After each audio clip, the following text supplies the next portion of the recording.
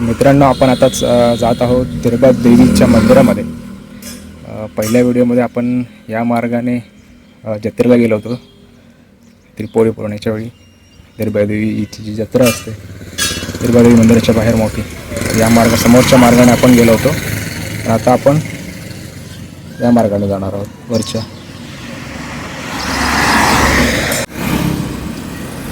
मित्रांनो, हे जे स्थान आहे तिथे इथून ज्या मुख्य रस्त्याने जे गाड्या किंवा वाहनं जात असतात ते इथे प्रथम इथे नारळ देतात दिरबा देवीला आणि नंतरच पुढे जातात. म्हणजे समजा मुंबईला जाणाऱ्या गाड्या असतील, प्रवासी गाड्या, ट्रक, आंबा सर्व्हिसचे ट्रक असतील, आंबा घेऊन जाणारे मुंबईला, ते प्रथम इथे दिरबा देवीला नारळ देतात, म्हणजे पुढचा प्रवास सुखकर होण्यासाठी.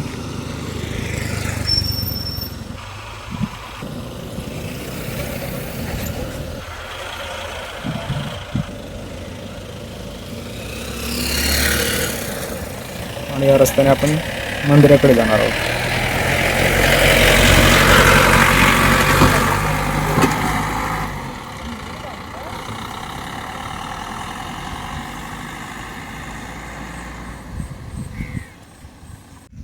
दिरबा देवी मंदिराकडे जाणारा जो हा रस्ता आहे, या रस्त्यामध्ये प्रथम तुम्हाला इथे हनुमान मंदिर लागतं.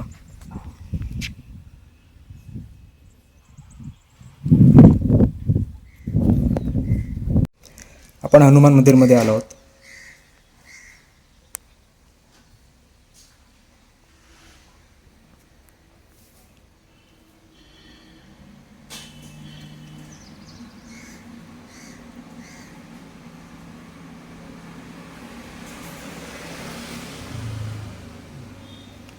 आता इथे दरवाजा बंद आहे, बाहेरूनच आपण दर्शन घेऊया.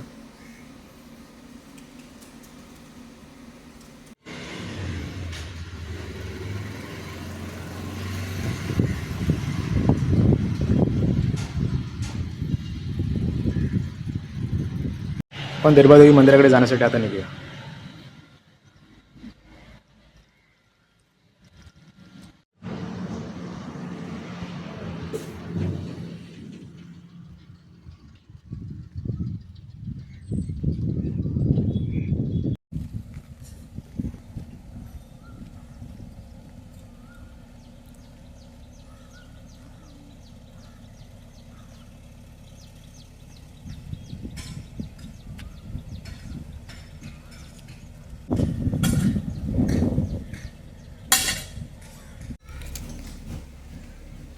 मित्रांनो, इथे होळी उभी केली जाते. हे ते स्थान आहे.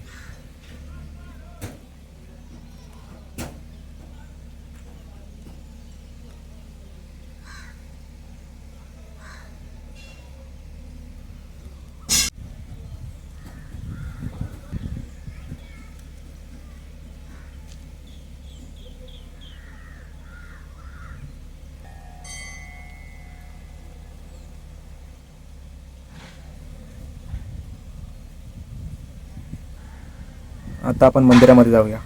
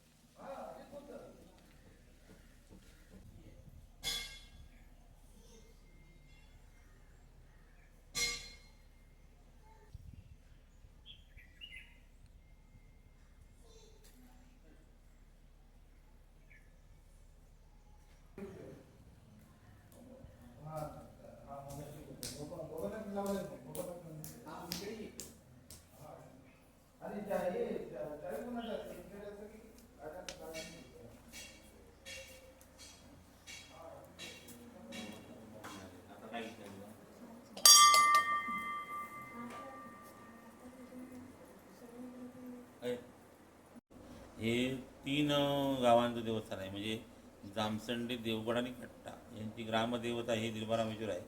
आणि ह्या देवालयामध्ये आज जे काय आज उत्सव 3 प्रमुख उत्सव आहेत. एक म्हणजे श्रावण मासामध्ये द्वादशीला हरिनाम सप्ताह 7 दिवस चालतो आणि त्यानंतर जी काय म्हणू आज कार्तिक नवरात्र अश्विन शुद्ध नवरात्र 9 दिवस दसरा असा मोठा दसरा असतो बघण्यासारखा. आणि त्यानंतर कार्तिक पौर्णिमा म्हणजे त्रिपुरी पौर्णिमा असे 3 उत्सव या ठिकाणी मोठे होतात. आणि आत्ताच एक 15 दिवसापूर्वी जी कुणकेश्वर यात्रा झाली त्या यात्रेला आमची दिरबादेवी रामेश्वरी देवस्थान तरंग आज देवस्थान सॉरी कुणकेश्वर भेटीसाठी गेली होती. तिथे तो उत्सव पण चांगल्या तऱ्हेने पार पाडला. तो जाताना पारंपरिक जी त्याची वाट होती त्या वाटेने ती गेली आणि जो जास्त करून तारामुंबरीचे लोक जे आहेत ते ग्रामस्थ त्या नौका सेतू बांधतात. त्या नौका सेतूवरून आपण गेलेली आपण पाहिलीच असेल. त्याच्यानंतर ती कुणकेश्वराला जाऊन या वर्षी जी 40-45 वर्षांनी जी आचरा रामेश्वर दौतांचा रामेश्वर आज जी काय भेट होती ती आज भेट झालेली आहे. आणि दुसरा म्हणजे ही जो उत्सव आहे 2 दिवसाचा उत्सव होता आमचा तो स्वारीचा. आणि दुसऱ्या दिवशी ती परत तारामुरीला एक रात्र दुसऱ्या रात्रीला राहून आज जी काय म्हणू तिथे विशेष करून असं जेवण असतं की माशाचं जेवण असतं म्हणजे जे शेंगाळा मासा असतो त्याची कालवण केलेलं असतं आणि त्याच्याबरोबर भात म्हणून प्रसाद म्हणून सर्वांनी खायचा असतो. यंदाच्या वर्षी तो वार गुरुवार होता तरी सर्वांनी तो प्रसाद मिळण्यासाठी वार सोडला आणि त्या प्रसादाचा लाभ घेतला. अशा तऱ्हेने ह्या 15 दिवसापूर्वी स्वारी झाली. आणि विशेष करून या ठिकाणी मुंबई, कोल्हापूर, पुणा, कारवार, रत्नागिरी या ठिकाणून लांब लांबसून भाविक लोक दर्शनाला येत असतात. म्हणजे अतिशय जागृत आणि नवसाला पावणारं असं हे देवस्थान आहे आणि बघण्यासारखं पण आहे.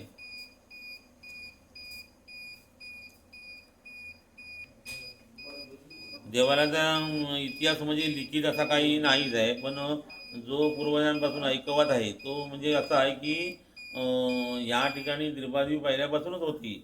पण यवन जे मुसलमान राजे होते त्यांनी छत्रपतींच्या टायमाला जो काय आज त्यांची आक्रमणं व्हायची त्या आक्रमणाच्या वेळी ते हिंदू दैवतांची विटंबना करायची.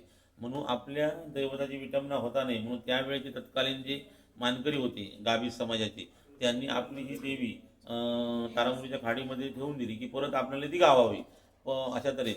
पण आज ती त्याला काही कालखंड गेल्यानंतर आज ती छत्रपतींच्या आज वेळी आज ती यवन जे काय राजा होते मुसलमान त्यांची जी लढाई आहे त्या थांबल्या गेल्या आणि नंतर मग परत पुन्हा जी विटंबना झालेली देवतांची देवता पूर्ण निर्माण करण्यात आली. पण आमच्या इथे जी देवी होती ती तिथे पाण्यात सोडली होती ना.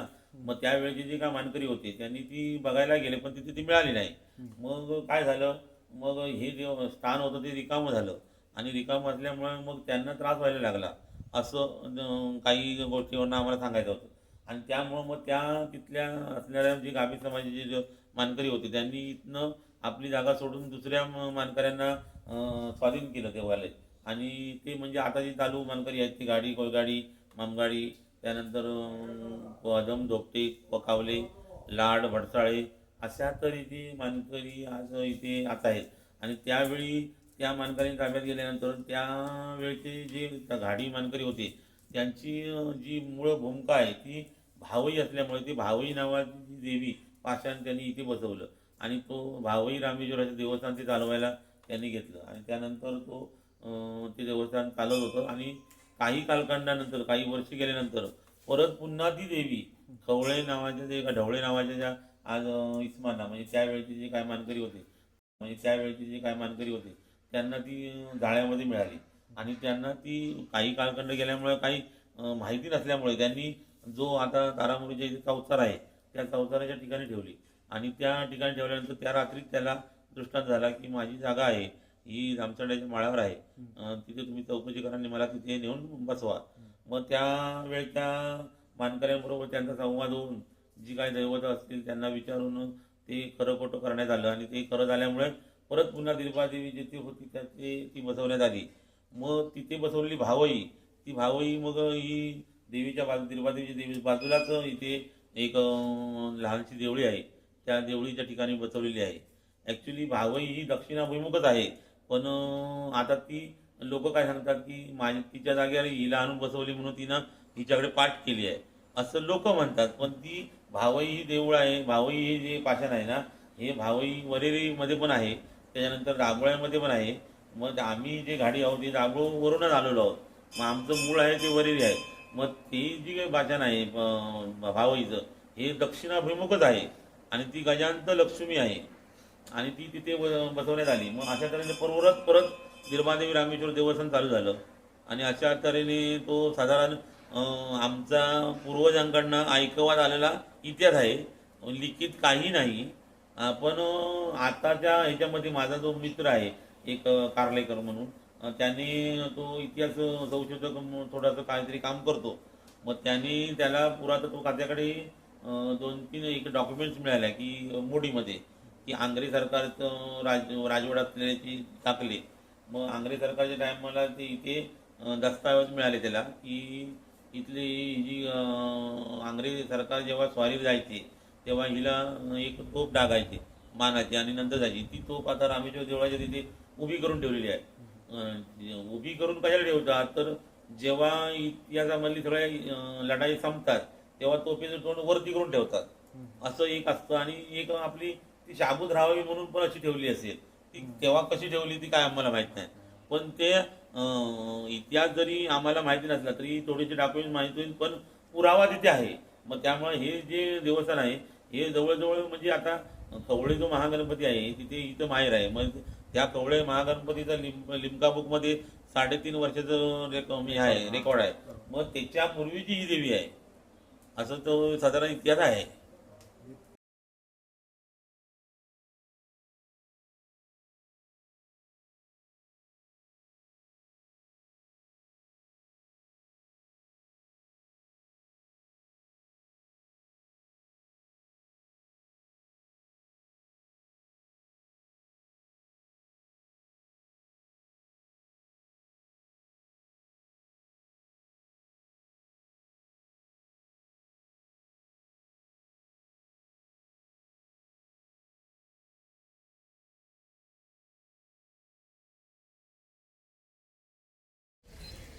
ही जी विहीर आहे ही दिरबादेवी मंदिराच्या परिसरातलीच पारंपरिक विहीर आहे. या विहिरीमधलंच पाणी मंदिरामध्ये पूजेसाठी वापरलं जातं.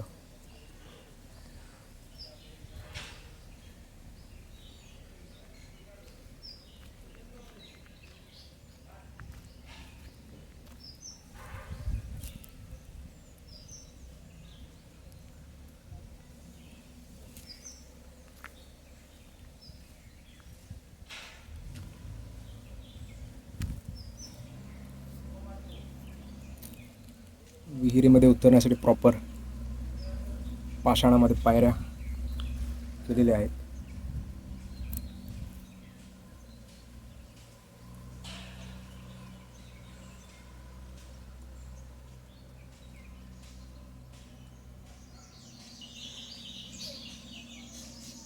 मंदिराच्या आवारामध्ये अनेक छोटी मोठी मंदिरे आहेत.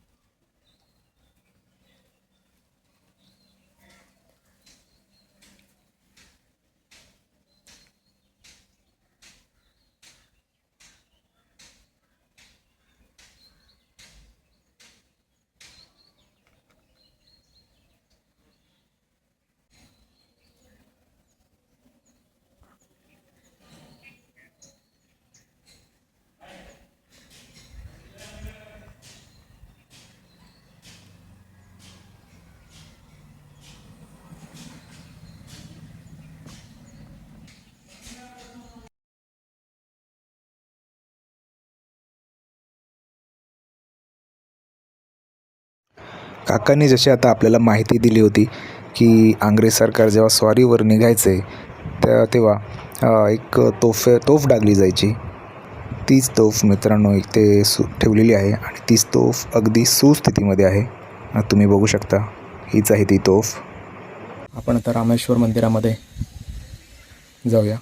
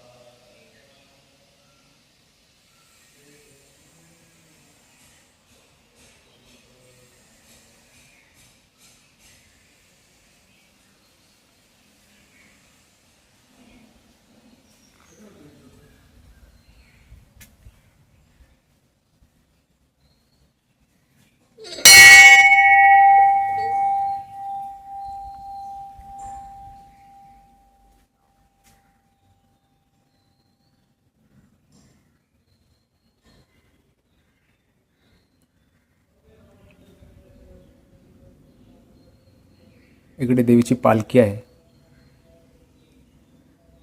समोर नंदी आणि आतमध्ये आहेत श्री शंकराची पिंड, शिवलिंग.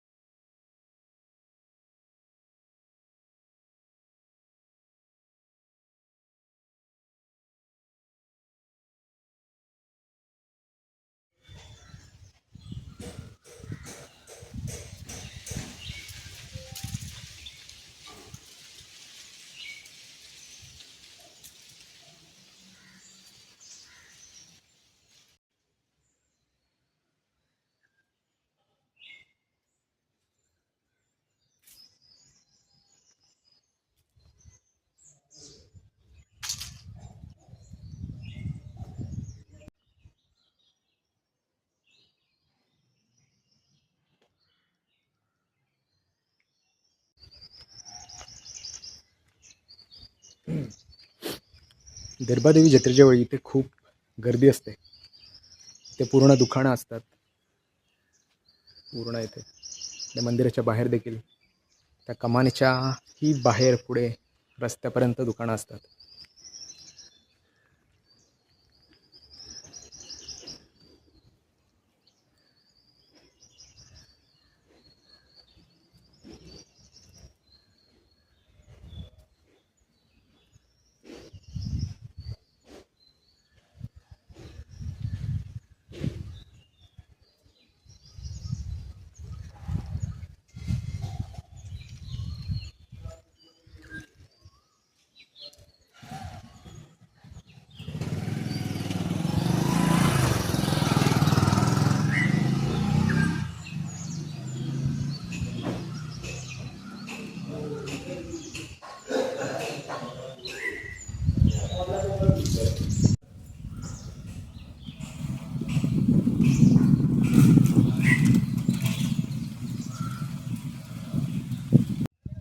आताच आपण श्री दिरबा रामेश्वर मंदिर बघितलं. त्या मंदिराचा इतिहास आपण श्री निलेश घाडीकाका यांच्याकडून आपण तो समजून घेतला. त्यांनी यवनांच्या काळापासून ते इंग्रज आणि त्यानंतर आतापर्यंतचा इतिहास त्यांनी आपल्याला समजावून सांगितला. त्यावेळी त्या मंदिरावर कशी आक्रमणं व्हायची नंतर त्या मूर्ती समुद्रामध्ये जी मूर्ती होती ती नंतर कशी पुन्हा त्याच जागी आली त्याविषयी त्यांनी आपल्याला संपूर्ण माहिती दिली. तसेच इंग्रज सरकार ज्यावेळी स्वारीवर जायचे त्यावेळी ती एक तोफ डागली जायची, तर ती तोफही आपण पाहिली. ती तोफ अजूनही सुस्थितीत आहे. एकंदरीत मंदिराचा पूर्ण परिसर आपण पाहून घेतला. मंदिर एकदम सुंदर आहे. परिसर देखील खूप प्रशस्त आहे, सुंदर आहे अगदी. मंदिरामध्ये कोणकोणते उत्सव, मोठे मोठे कोणकोणते उत्सव असतात त्याबद्दल देखील आपल्याला काकांनी माहिती दिली. त्रिपुरी पौर्णिमेला दिरबादेवी मंदिरामध्ये खूप मोठी जत्रा असते. त्या जत्रेचा व्हिडिओ मी बनवलेला आहे मागे, तर तो कोणी पाहिला नसेल तर तो नक्की पाहून घ्या. मित्रांनो, तुम्हाला हा व्हिडिओ आवडल्यास लाईक करा, शेअर करा, सबस्क्राईब करा.